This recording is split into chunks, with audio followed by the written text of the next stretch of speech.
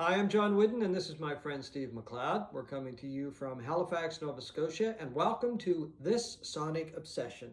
Today we're going to continue our chat about musical influences. Steve? My first musical influence is this beauty from 1968, music from Big Pink by the band.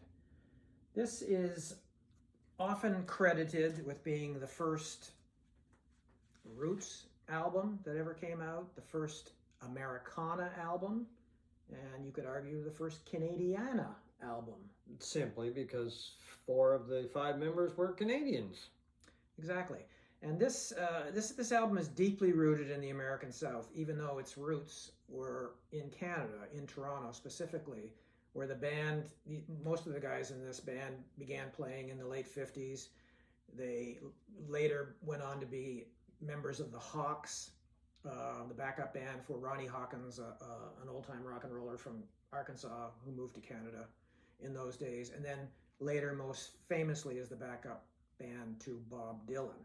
And this album was released in 1968 during the height of hard rock, acid rock, psychedelia, and it landed like a bomb. It influenced people like Eric Clapton to say, maybe I'm not making the right kind of music. George Harrison to question what it was he was doing with the Beatles.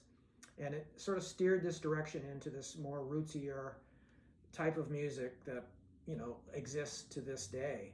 And these guys certainly looked the part with their dark suits and hats and facial hair and that sort of thing.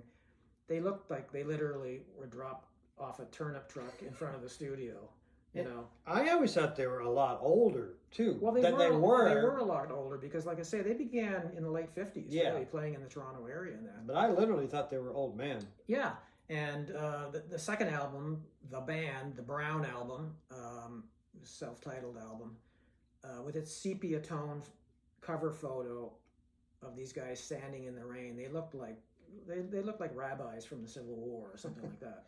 So they had this totally unique look, totally unique style that really became one of the most influential albums of the 60s and beyond. I was just reading the other day that Roger Waters of Pink Floyd called Music from Big Pink the second most influential album of all time, next to Sgt. Pepper. And I can't really argue that or dispute it in any way. It was certainly one of the most influential albums for me. And it began my love for Americana roots music that lives to this day, really. You? Well, one of the big influences on my listening from many years ago, and the band was not a huge band. It was a huge band to me because I really loved the band. And it really opened a lot of doors when I decided what to listen to and where I went when I was listening to music. The name of the group is Humble Pie, and it was this album, which is actually their third album, that got it started for me with Humble Pie. They had released 2 albums in the UK, and then they released another one just called Humble Pie in North America under the A&M label. But I really liked this album because first of all, I really liked the band. They were a really great rock and roll band, very solid. Once again, they had 3 singers as well. Steve Marriott was the main singer. I think one of the greatest singers in rock and roll of all time. Peter Frampton also sang with the band. This was before, of course, he went solo. And Greg Ridley, who had been with a British group called Spooky Tooth, was also a very good singer. So they had 3 really good singers as well. But Humble Pie was just a really good rock band who threw in a little bit of blues and that kind of thing. But I came upon the band after reading about them, probably in Rolling Stone, and I said, okay, who is this band? I've got to check this group out. Fell in love with them immediately because of this album. But then because of Rock On and Humble Pie, I started reading more about other British groups, and it kind of opened that door because I wasn't familiar with any of the songs on this album or any of the songs by Humble Pie because I don't even know if any of them were released as singles in North America. With a group like Cream, I had been familiar because, of course, of Sunshine of Your Love. But then I started reading about other groups, and that opened that whole British group door that I jumped into. Groups like Traffic, Free, Faces. the Faces, which I considered a first cousin to Humble Pie. A lot of groups, even a group like If, which I read about and loved at the time. So that's why I think Humble Pie was an incredible influence, because it was one of the first groups that I listened to that I had no idea what they sounded like until I actually went and I bought the album. And I realized, oh, okay, there's all kinds of groups out there that I can listen to that I really, really like. Humble Pie stayed with me for many years until Steve Marriott got into this whole boogie woogie thing that he did. And he didn't do it very well, to be honest with you.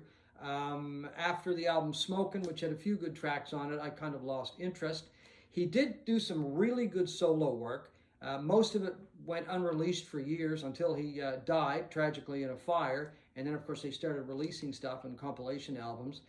He did a song called Soldier, which is just incredible, which you can find on one of the many compilations that have been released. So it was Humble Pie who kind of opened that door as to looking at and listening to a lot of other British groups that I had never heard tell of. And I would say, okay, I'm going to take a risk on some of these groups, some of the ones that I just mentioned. Steve? My next major influence is Patti Smith's Easter, which came out in 1978. 2 years earlier, my parents were living in London, and I went over to visit for about a month. And it was just as British punk was breaking. There were all these kids walking around with mohawks and safety pins through their noses, and the Sex Pistols were on the news every day. They were on the front pages of tabloid magazines for swearing on national television and just acting the fool. Being outrageous. Yeah, being outrageous. And I just thought they were the most ridiculous thing I'd ever seen, you know. And the whole punk movement at the time. I mean, in 1976, I was a massive Steely Dan fan. And you couldn't get anything even further apart. Not really, no. You know, the meticulous studio craftsmen. Perfection, yeah. Yeah, and these guys that could barely play 3 chords, you know, and didn't care whether the record sounded good or not. So I just thought they were ridiculous, you know, couldn't play, couldn't write, couldn't sing. But then I must have read a review in Rolling Stone, because I don't know how else I would have known about Patti Smith or this album, Easter, and in particular the fact that she co-wrote a song with Bruce Springsteen, who I also really liked at the time. And I thought, well, if Bruce likes her, you know, there's got to be something there. There's got to be something to it. Yeah. So I bought the album and just absolutely loved it. Although at this point, her third album was not as punky, I would say, as her first album, Horses, which I hadn't heard at this point. And but it was still very raw around the edges. It still had that punk sneer and sensibility. She was angry. They were raw, but she did have a very good band around her. In particular, Lenny Kaye, the ex-music critic, who went on to play guitar with her. And the album just gripped me from the first moment, and I particularly loved the spoken word passages, the poem. She was a poet before she became a musician. And she'd be reciting these just amazing lyrics with the band just raging behind her. And it was the first time, I guess, that I realized, after coming through Prague, Steely Dan, and stuff like that, you know what? You don't have to have fancy time signatures. No. You don't necessarily have to be the greatest players in the world. I should have known that, because I loved, you know, Neil Young and Crazy Horse, and they were raw, and they were, you know, as great a guitar player as Neil Young is, he's not the most technically proficient. But Patti Smith was the same thing. There was a rawness, there was a raggedness, and the songs were great. And she opened the door to me for all of that, and the possibility that you didn't have to be the greatest musician to make compelling, soulful music. And shortly after that, well, for instance, I got Patti Smith's Horses, which really is a full-on punk album, and I loved it. And I went on to The Clash and bands like Wire, who to me are still making wonderful, compelling albums almost 50 years after that. And I began exploring punk.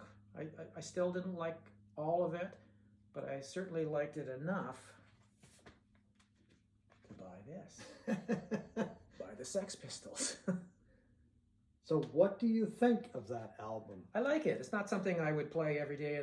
I love God Save the Queen and Anarchy in the UK. I think those are tremendous songs. And they certainly rage. But of course, Sid Vicious didn't play on this. I mean, he couldn't play at all. Yeah. Ended up touring with them and all that before his untimely death. But I mean, you see this album a lot among the top albums of all time. I think that stretches it a bit for me. But it is a very good album. After the Beatles, the biggest influence on my listening tastes and what I want to listen to and what I kind of look for now was the Allman Brothers Band. The Allman Brothers Band was a group from the Deep South, of course. Sometimes get labeled with being the originators or the founders of Southern rock, which I have no idea what that title means or what that moniker means, Southern rock. They happen to be a band from the South. But to me, they were a band that, I don't know, they just brought together everything that I listened to and some stuff I didn't listen to. But they made it a cohesive sound that just blew me away. From the moment I dropped the needle on this record, I was captivated. And I said to myself, I can remember saying, that's my band. I mean, everybody loved the Beatles, it seemed, or the Rolling Stones. I had heard of these guys, but it took a while before I got a hold of the album. The first album I got was Eat a Peach. It, of course, was not the Allman Brothers' first album, but it was the first one I was able to get a hold of. And then I had to go back and buy the first album and the second album, Ottawa South. And then their masterpiece, Live at the Fillmore East, still, I say, the greatest live album ever recorded. But on this album, I don't know, I just put the needle down, and the first song that I played, when it wasn't in order, was One Way Out. And it just kind of built and built and built, and it was like, okay, it took me in, it captivated me, and it just kind of went up and up and up, and the energy went up. And then Greg Allman started to sing, and Dickie Betts and Dwayne Allman playing lead guitars. It was incredible, something I just never heard before. And on this album, they did a couple blues tunes. They did some original stuff. They did one song, Blue Sky, which it's more country than it is rock. That was the influence that Dickie Betts brought to the band. And then one of the songs is a Lay Briere in A minor. It's a jazz song. It's not a rock song. It's not a blues song. It's an Allman Brothers song. I mean, but it just kind of took me places I'd never been before, and it was incredible. It was a huge influence on me, and I just found that the Allman Brothers were able to take rock, blues, jazz, country, put it all together, and they came up with a sound that is distinctly the Allman Brothers Band sound. And it's a sound which I still love. I have been going to see them I can't go now because, of course, they have broken up. But I went to see them for many, many years in different incarnations and never saw a bad show. Just wonderful musicians, wonderful singing from both, in the latter days, from Greg Allman and from Warren Haynes. And one of the groups that, after the Beatles, just really put a stamp on what I listened to. The Allman Brothers Band. Okay, my last influence is, and it's a last one for this episode, is not a band about a band or an album. It's a reissue series, the Tone Poets reissues by Blue Note. They have been a revelation for me. I was not what you would call a jazz fan. I had, the usual 5 jazz albums that everybody has in their collections, like Kinda Blue or Something Else or Blue Train. And I started reading about this reissue series and just the rave reviews for the quality of the music, the quality of the pressings, pressed at RTI. The jackets are thick, Stoughton, high gloss jackets, just incredible stuff. So I went out and bought a couple. This is one of the first I bought, Born to be Blue, Grant Green. And I don't know whether I should. How many do you have now? I'm not sure I should say. Well, John. I'm curious. I think I know, but. Yeah, well, okay, but I'm sure my family won't see this. But no. I bought 19 Tone Poets this year alone. Oh, it's 19. 19. Oh, I thought it was 15. Well, no, I'm 19, and I've got 3 acoustic sounds, impulse reissues as well. And in the total of, in the interest of total honesty, I also have Chet Baker reissue as well. And I never knew anything about jazz. I mean, I knew the little bits here and there, but this series is just so wonderful and high quality that it's, as you can see, it's basically all I've been buying all year, other than the Deja Vu reissue that came out. It's strictly been jazz, and I'm learning about people that I never heard of before. I never heard of Babyface Willette, or let alone what he played. And it's a wonderful series that they're taking a lot of care with, which is always greatly appreciated. And it's a way to learn about a great American genre in 2021. And then, speaking of jazz, that's one of the reasons why I really love the Allman Brothers, because of what they did with music, and because of reading interviews with them. I started hearing about Miles Davis and John Coltrane and other jazz musicians that I may not have heard of. And it made me more curious. I mean, I'd heard of Miles Davis, but it made me curious to find out, okay, how did that influence go into a band, supposedly a rock band? So that was one of the other reasons why I love the Allmans. Anyway, thanks very much for watching, and we hope you enjoyed this episode of This Sonic Obsession. Thank you.